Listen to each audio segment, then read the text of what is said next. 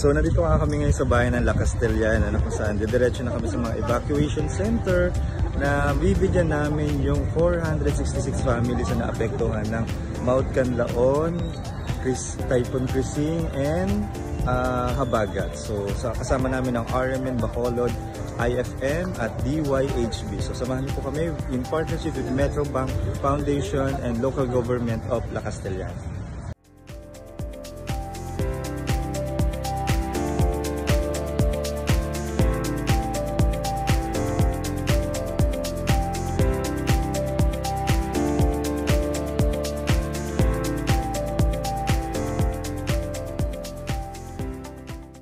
So nandito nga kami ngayon sa Kakungan National High School dito sa Barangay Masulog, na kung saan dito pala nakapwesto yung mga evacuees dito sa likod ng paaralang ito.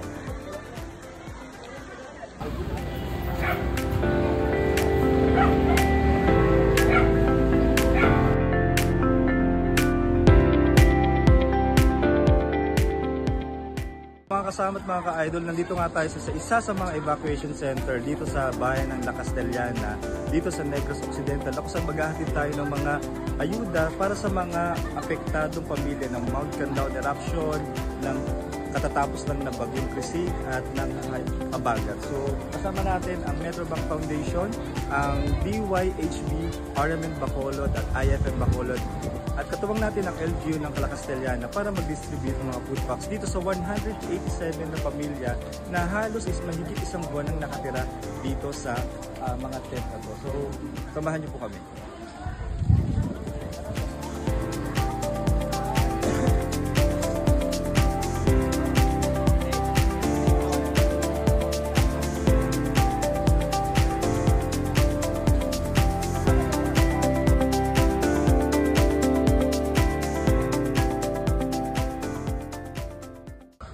So bukod nga doon sa mga modular tent, meron din dito pinaprovide ang national government na emergency shelter o isang malaking tent naman. Tapos saan maraming mismo sa loob ng overcoat, hindi sa labas. So pasukin natin dito yung itsura mo. Hello. Hello po. Ako po. Ano masok po? So ganito ang itsura ng isang malaking tent. Mainit siya kung tutuusin, pero kumusta po kayo dito? Wala po, pag gabi nandito kami ng tulog, pag araw sa bahay. Sa bahay? Hindi ba bawal po? Pwede lang po pag araw, pero pag gabi, dito po. So mainit po ba? Anong weather? Pag gabi, malamig. Malamig naman kasi nga halos nasa loob sila ng gubat. So ito, meron namang screen para kulambo. Tapos nasa side sila. Ayan. Tapos meron silang pinrovide na papag. So, yun lang. So, hopefully po maging okay po kayo. Ingat po kayo ha. Makauwi po sana kayo. Salamat po ha. Sige po, maraming salamat.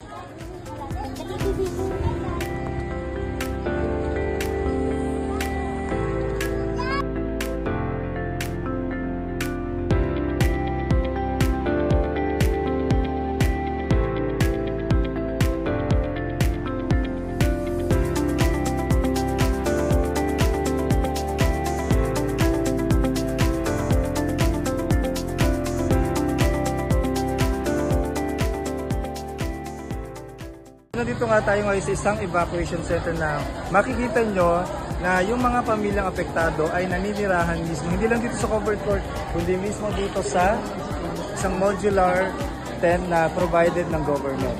Bukod dito, makikita nyo rin dito na may provide din na tent saan naninirahan yung sabi daw mga 2 o 3 pamilya. So hanggang hindi sila nakakauwi sa kanilang pamilya, dito sila nananatili at pag bumabagyo, umaangge, affected din po sila. So hopefully makabalik na po sila sa kanilang mga bahay. Ay, saan po yung bahay nyo? Ay, saan tent nyo? Saan po yun? Pwede ko makita ba? Okay na. So ngayon, pupunta tayo ngayon sa isang... Ano ba yung tsura ng isang tent? Isang modular tent. Tulad nito, dito sila nakatira ngayon na halos isang buwan ng buhay na. Ilang buwan sa kayo nakatira dito, Nay? Ilang buwan na kayo, Nay? Na, buwan na. Sana. Isang buwan? Oo, isang buwan na. So ito, ang pangalan mo po, ma'am? Serena. Ma'am? Serena Ero. Ma'am Serela? Ero. Pero, so may padlock. So para talaga siyang bahay. Okay lang po ba na masilip ka ng itsura ng bahay na? So ito po naka-zipper.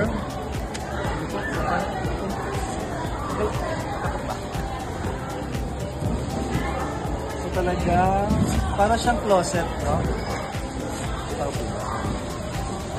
So yun, kaangat lang po nila. So, typical na, ayun, para kang camping,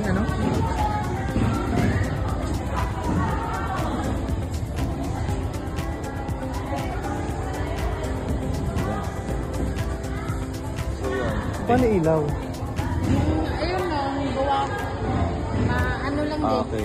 Yung ilaw nila, wala mismo dito, or else, maglalagay sila ng sarili nilang ilaw, pero meron namang ilaw daw dito yung sa covered floor.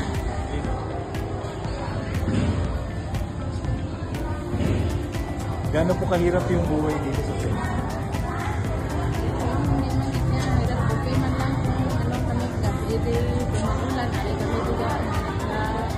Okay naman kasi merong cover. Pero kung walang ganyan, mainit. Kasi may ganito. Sige po, sana po ay okay po kayo. So dito, syempre, hindi madali ang buhay sa evacuation center dahil dito, bukod sa wala ka ng komportabling, well, hindi masyado komportable, ay dikit-dikit pa. Tulad dito. Para ka nasa maze. Yun. Dito, so talagang siksik.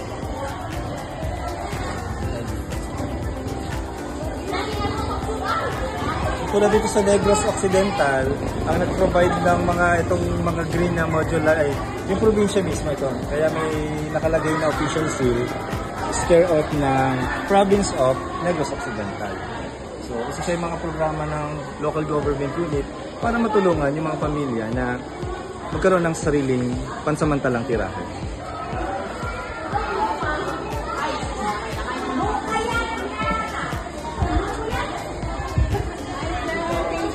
Usually may common kitchen sila sa mga evacuation center at iba naman nag-improvise ng mga lutuan tulad nitong tinaga para lang meron silang lutuan. Ayan.